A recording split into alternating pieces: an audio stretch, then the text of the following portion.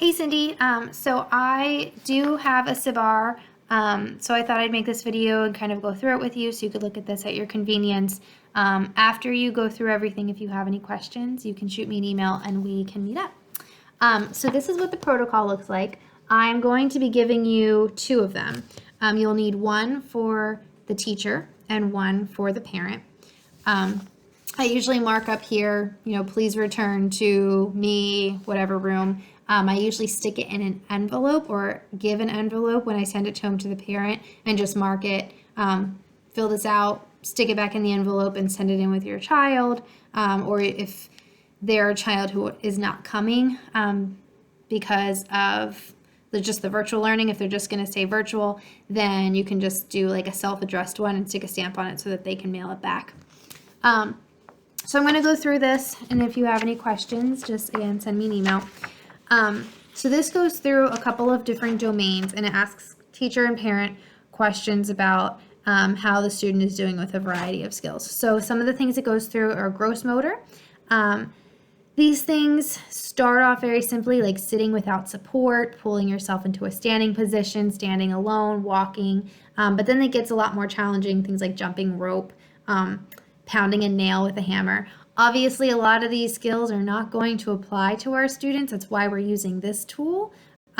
So as parents go through them, I'll use gross motor as an example.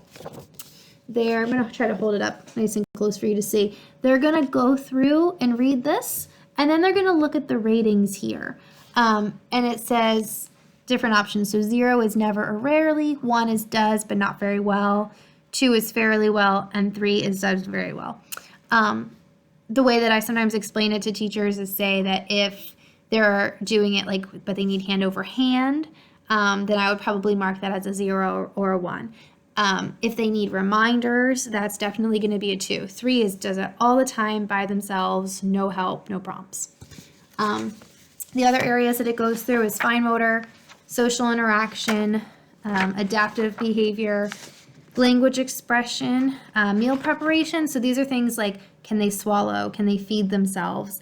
Really looking at some of those adaptive skills, which really wouldn't normally fall on our ed assessments, but I feel like it's a good picture for our lower level learners. And sometimes I know at Archer we do psychoeds, so this would be what they would use for the adaptive piece, but because some of it dips into those early and pre-academic skills, it really works to kind of cover all the bases. We look at toileting, dressing skills, self-care. We have domestic skills, so like do they clean up after themselves? Do they wipe off their feet? Some of these things may not be totally applicable in the school setting, so you'll just have to tell teachers to kind of do what they can, but also think about how some of these things might be applicable at school. So like placing his or her empty dish by the sink. Are they able to clean up after it themselves? Do they put materials back where they go?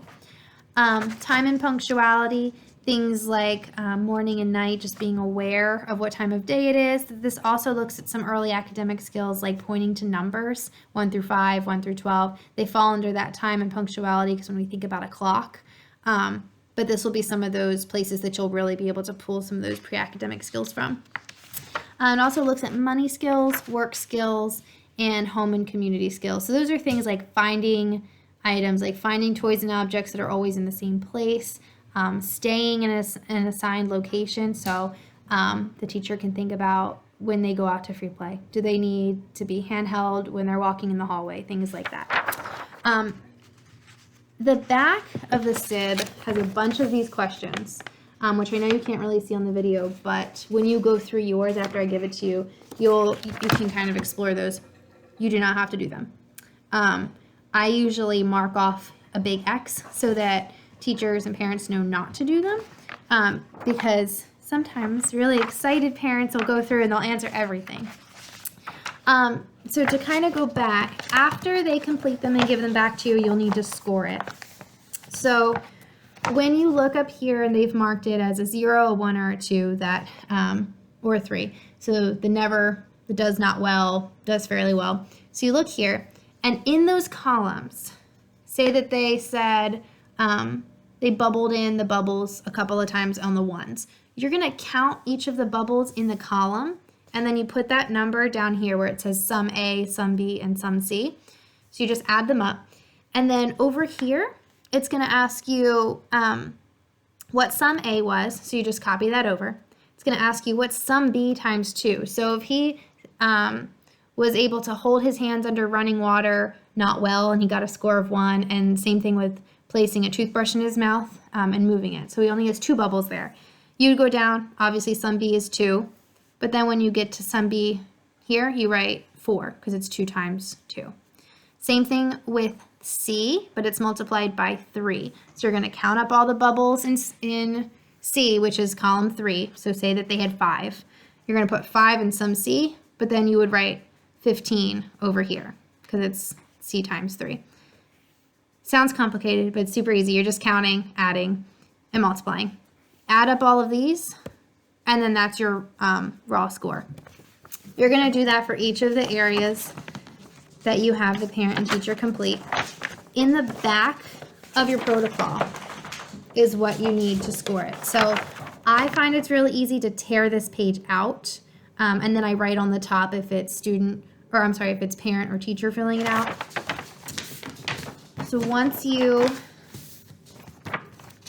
tear it out, you're going to look here and it's going to have that raw score. So we just say, I guess the example I gave you would have been 19. So I'm going to go down to the number 19. I usually use a highlighter, and then you're just going to highlight this column. And that's going to give you an age equivalency. So for 19 in the area that we were in, which was gross motor, I'm going to scroll over and my age equivalency is 1-9 or 1 year 9 months. It's up to you if you want to convert them to straight month scores. I literally write 1-9 and I'll send you a skeleton of a report that I would generate for this, and you can just kind of fill in the blanks, so it's super easy. You're going to do that for each of these, and there's a front and a back, which is why I tear it out because it makes it easier, and then just don't forget to label if it was the teacher or the parent. I will send you, like I said, the skeleton, so as you go through it, I feel like that might answer any of the other questions you have about some of the skills. The only other thing that I want to tell you is if you look here, when you open the protocol, I always skip this page, don't do anything with it. Go to the next page. They have these like dog ears up here. I always fold that down before I give it to whoever I need to fill it out. Sorry. And then I write start here, and that is on page 4. So they're going to start on page 4, and then I take them all the way, I'm so sorry, to page 17, and I just write stop here, and then just make sure on the front write to return to you. So as you go through it, I will coordinate with you to get you a couple of these protocols. If you have any questions, feel free to email me. I'll send you the skeleton as well, so go through that, and it kind of gives you, I usually just have a chart. I'll send you 2, so I have one that has the chart where I just gave the SIB, and then I also have one where I gave the SIB and the Brigance, which might be, I don't know your learner, but it might be something that's worth doing both, even if you did one on like an interview basis. But that can be something that I can help you with if you want to go through and what a report would look like that way. So let me know if you have any questions, and I'll talk to you soon.